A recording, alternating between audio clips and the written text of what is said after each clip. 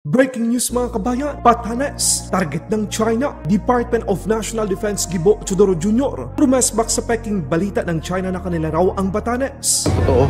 At marami talagang fake news. May kumakalat pa nga na isang social media post na na-monitor namin. May scholar daw dun sa China. Claim nila Batanes was part of China. So, talagang rumesbak din ng Philippine Navy sa balitang nagpadala ang People's Liberation Army Navy ng isang tugboat sa Ayungin Shoal. Ayon sa mga kumakalat na Peking balita, ito raw ang hihilas sa BRP Sierra Madre LS-57 sa Ayungin Shoal. Pero nilinaw ng Philippine Navy na hindi kaya ng isang tugboat ng People's Liberation Army Navy ang warship ng Pilipinas na nakasadsad sa Ayungin Shoal dahil malakas itong nakaangkla. Dagdag pa dito, kinumpirma ng Navy na kapag merong nasawing Pilipino dahil sa agresyon ng Chinese Coast Guard, People's Liberation Army Navy at Chinese Maritime Militia, ito ang magbibigay daan sa Mutual Defense Treaty ng Pilipinas at Amerika. BRP Miguel Malvar, FFG-06, ipinutok ang 76mm Super Rapid Gun. China, kinopya ang HIMARS ng Amerika, halatang peke talaga ang made in China.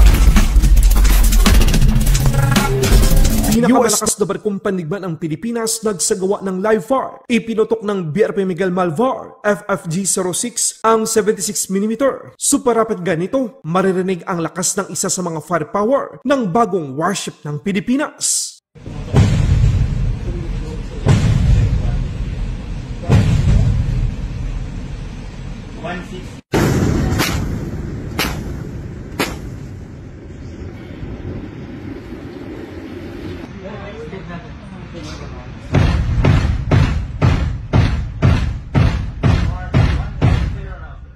China, nagpadala ng tugboat sa Ayungin Shoal. Ano kaya ang plano ng China? Hihilahin ba nila ang BRP Sierra Madre LS-57? Kinumpirma ng tagapagsalita ng Philippine Navy for the West Philippine Sea na si Rear Admiral Roy Vincent Trinidad na meron nga silang namonitor na isang People's Liberation Army Navy tugboat sa Ayungin Shoal. Pero ang ganitong uri ng nag-iisang tugboat ng Chinese Navy ay hindi nito kayang hilahin o alisin man ang BRP Sierra Madre LS-57 dahil ang nakasadsad na warship ng Pilipinas ay malakas na naka-anchor sa Ayungin Shoal. Dagdag pa ni Trinidad, posibleng dineploy ito ng China para sa kanilang pansariling interes kapag sakaling sumadsad ang kanilang mga barko sa mababaw na bahagi ng Ayungin Shoal. Kailangang hatakin ang barko ng China. Maali yung fears kasi, di ba, nung may reported drills, ang haka-haka nga or syempre yung assumption is baka hatakin na or tanggalin ng mga Chinese yung BRP Sierra Madre. So hindi po nila yun basta-basta magagawa, especially na may mga hindi basta-basta magawa yan sapagkat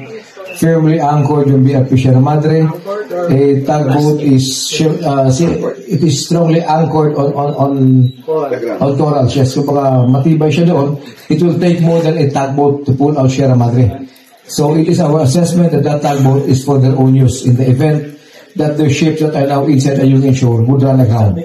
At hindi pa ba yung mga tropa natin na mangyari yun, umabot sa ganun? Of course, there are already rules of engagements and contingency plans in place for any eventuality. Kasama. Dagdag pa dito, kinumpirma naman ang tagapagsalita ng Philippine Navy for the West Philippine Sea na si Admiral Trinidad na kapag merong namatay na Pilipino dahil sa agresyon ng China Coast Guard, People's Liberation Army Navy at Chinese Maritime Militia, ito ang magiging dahilan upang matrigger ang Mutual Defense Treaty sa pagitan ng Pilipinas at Amerika. Ito rin ang magiging red line para sa Armed Forces of the Philippines.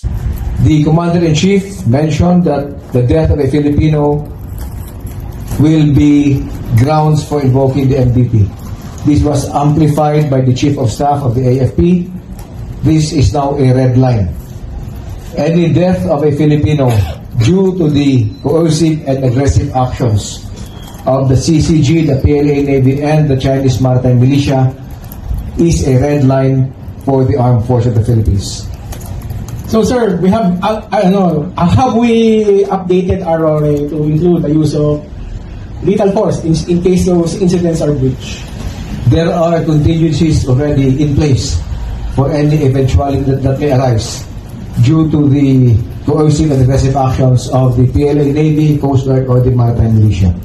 Yes, they are already in place. Itong China talaga mga kabayan. Lahat na lang ng teritoryo ng Pilipinas gusto nilang sakupin at agawin. Merong kumakalat sa Chinese social media na ang Batanes daw ay dati raw sakop ng China. Paano magiging sakop ng China ang Batanes? Mga Chekwa, makinig kayo. Ang Batanes ay isa sa opisyal na probinsya ng Pilipinas. Gumagawa na ng kwento ang Chinese Communist Party para lituhin ang mga Pilipino. Pero kahit anumang gawin ng China, 85% ng mga Pilipino walang tiwala sa kanila. Ito ngayon ang lumabas sa pinaka-latest na Okta Research tugon ng Masa Survey. Maging ang Maritime Council ng Pilipinas ay itinanggi ang peking balita na ang Batanes ay dating sakop ng China.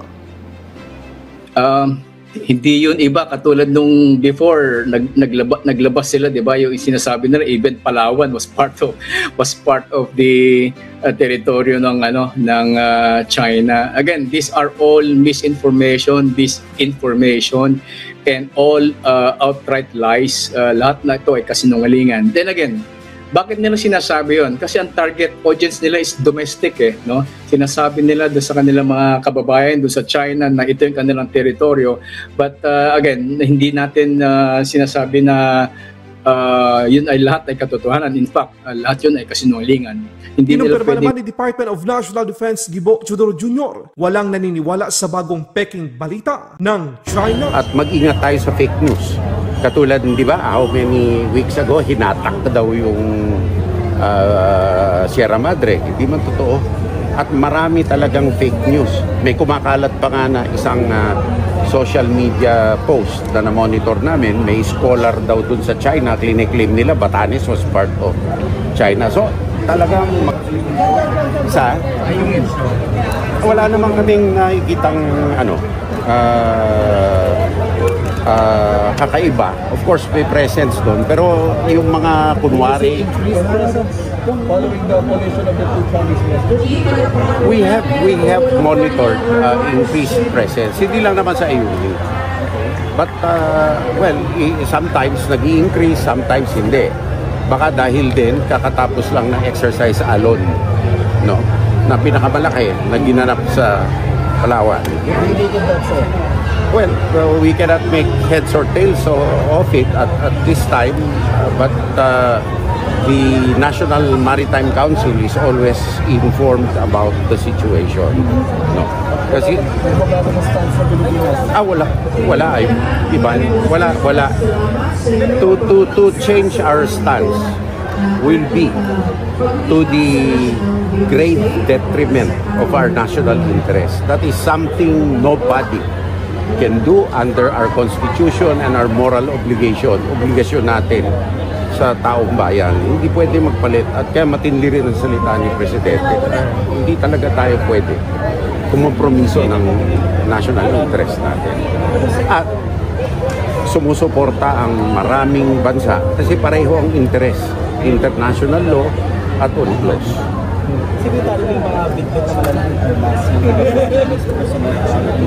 Wala kaming confirmed information about that. Walang konfirmasyon. So, at mag-ingat tayo magkakaroon ng disinformation. So yung mga tropa natin sa Sierra Madre, sir, they're safe hands, wala naman po silang, they're not under threat? At this time, wala po kami nakikita. But of course, laging listo. Hindi mo alam kung ano nasa isip ng mga yan. Thank you, sir. Thank you. Laban Pinas.